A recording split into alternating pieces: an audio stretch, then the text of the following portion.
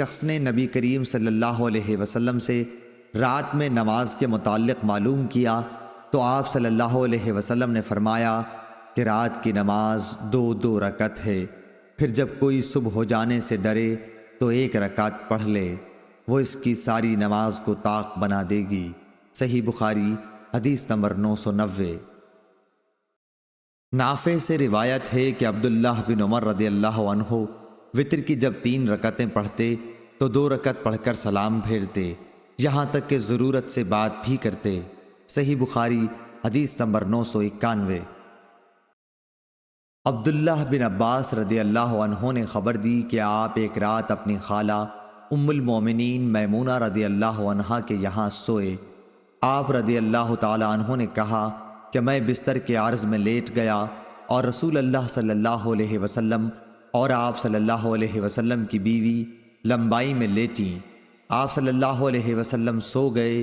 جب آدھی رات گزر گئی یا اس کے لگ بھگ تو آپ صلی اللہ علیہ وسلم بیدار ہوئے۔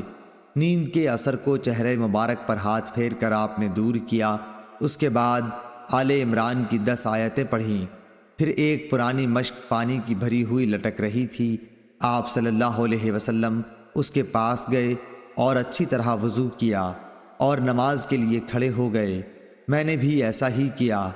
آپ صلی اللہ علیہ وسلم پیار سے اپنا داہنا ہاتھ میرے سر رکھ کر اور میرا کان پکڑ کر اسے ملنے لگے۔ پھر آپ صلی اللہ علیہ وسلم نے 2 رکعت نماز پڑھی، پھر 2 رکعت، پھر 2 رکعت، پھر 2 رکعت، پھر 2 رکعت، پھر 2 رکعت، سب 12 رکعتیں، پھر 1 رکعت وتر پڑھ کر آپ لیٹ گئے، یہاں تک کہ مؤذن صبح صادق کی اطلاع دینے آیا تو آپ صلی اللہ علیہ وسلم نے پھر کھڑے ہو کر 2 رکعت سنت نماز پڑھی، پھر باہر تشریف لائے اور صبح کی نماز پڑھائی۔ صحیح بخاری حدیث نمبر 992۔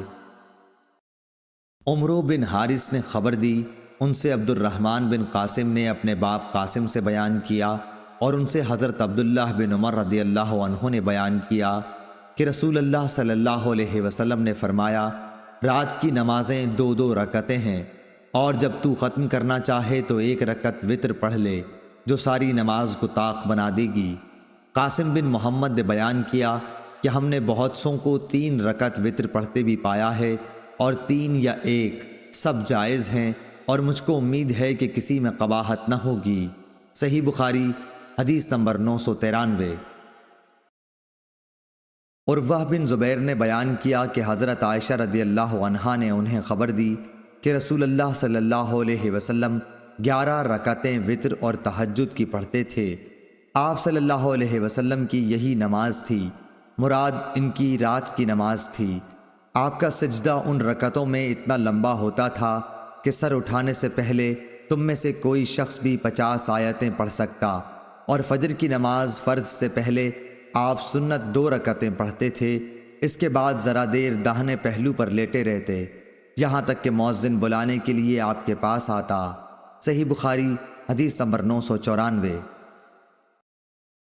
انس بن سیرین نے بیان کیا، کہا کہ میں نے ابن عمر رضی اللہ تعالی عنہ سے پوچھا کہ نماز صبح سے پہلے کی 2 رکعتوں کے متعلق آپ کا کیا خیال ہے؟ کیا میں ان میں لمبی قرأت کر سکتا ہوں؟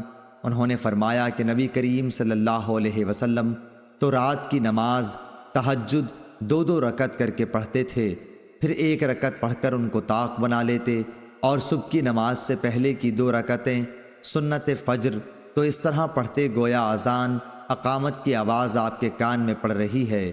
حماد کی اس سے مراد یہ ہے کہ آپ صلی اللہ علیہ وسلم جلدی پڑھ لیتے۔ صحیح بخاری حدیث نمبر 995۔ اعمش نے بیان کیا، کہا کہ مجھ سے مسلم بن کیسان نے بیان کیا، ان سے مسروق نے، ان سے حضرت عائشہ رضی اللہ عنہا نے فرمایا کہ رسول اللہ صلی اللہ علیہ وسلم نے رات کے ہر حصے میں بھی وتر پڑھا ہے، اور اخیر میں آپ کا وتر صبح کے قریب پہنچا۔ صحیح بخاری حدیث نمبر 996۔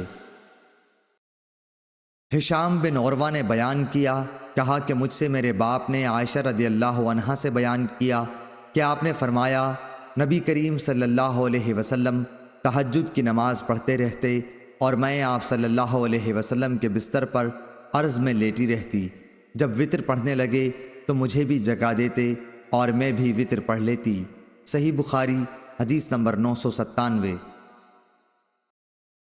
یحییٰ بن سعید نے بیان کیا، ان سے عبید اللہ عمری نے، ان سے نافع نے عبداللہ بن عمر رضی اللہ عنہ سے بیان کیا، اور ان سے نبی کریم صلی اللہ علیہ وسلم نے فرمایا کہ وطر رات کی تمام نمازوں کے بعد پڑھا کرو۔ صحیح بخاری حدیث نمبر 998۔ امام مالک نے بیان کیا، انہوں نے ابو بکر بن عمر بن عبد الرحمن بن عبداللہ بن عمر بن خطاب سے بیان کیا، اور ان کو سعید بن یسار نے بتلایا کہ میں عبداللہ بن عمر رضی اللہ عنہ کے ساتھ مکے کے راستے میں تھا۔ سعید نے کہا کہ جب راستے میں مجھے طلوع فجر کا خطرہ ہوا تو سواری سے اتر کر میں نے وطر پڑھ لیا، اور پھر عبداللہ بن عمر رضی اللہ عنہ سے جا ملا۔ آپ نے پوچھا کہ کہاں رک گئے تھے؟ میں نے کہا میں اب صبح کا وقت ہونے ہی والا تھا، اس لیے میں سواری سے اتر کر وطر پڑھنے لگا۔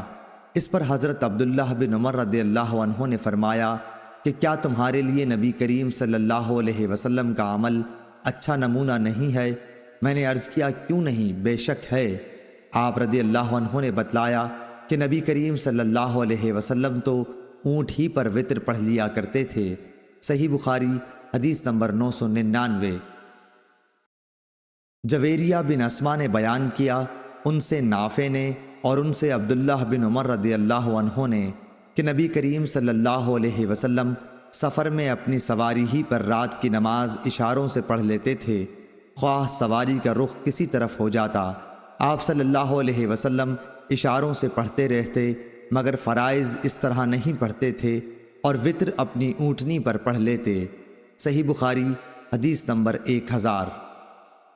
حماد بن زید نے بیان کیا، ان سے ایوب سختیانی نے، ان سے محمد بن سیرین نے، انہوں نے کہا کہ انس بن مالک رضی اللہ عنہ سے پوچھا گیا کہ کیا نبی کریم صلی اللہ علیہ وسلم نے صبح کی نماز میں قنوت پڑھا ہے؟ آپ رضی اللہ عنہ نے فرمایا کہ ہاں۔ پھر پوچھا گیا کہ کیا رکوع سے پہلے؟ تو آپ نے فرمایا کہ رکوع کے بعد تھوڑے دنوں تک۔ صحیح بخاری حدیث نمبر 1001۔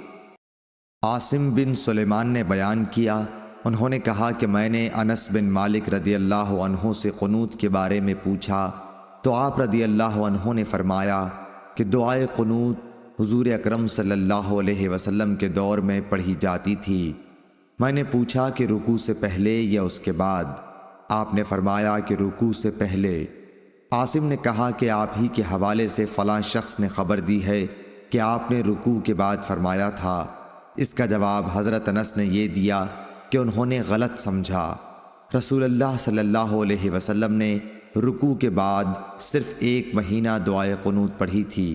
ہوا یہ تھا کہ آپ صلی اللہ علیہ وسلم نے صحابہ رضی اللہ عنہم میں سے 70 قاریوں کے قریب مشرکوں کی ایک قوم بنی عامر کی طرف سے ان کو تعلیم دینے کے لیے بھیجے تھے۔ یہ لوگ ان کے سوا تھے جن پر آپ نے بد دعا کی تھی۔ ان میں اور آن حضرت صلی اللہ علیہ وسلم کے درمیان عہد تھا، لیکن انہوں نے عہد شکنی کی اور قاریوں کو مار ڈالا۔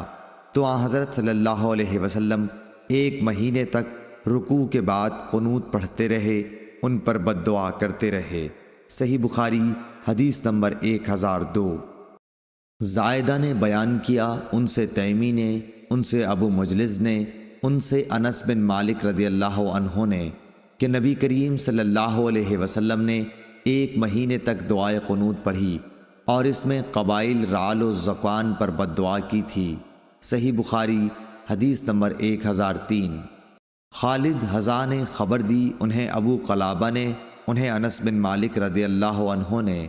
آپ نے فرمایا کیا حضور صلی اللہ علیہ وسلم کے عہد میں قنوت مغرب اور فجر میں پڑھی جاتی تھی؟ صحیح بخاری حدیث نمبر 1004۔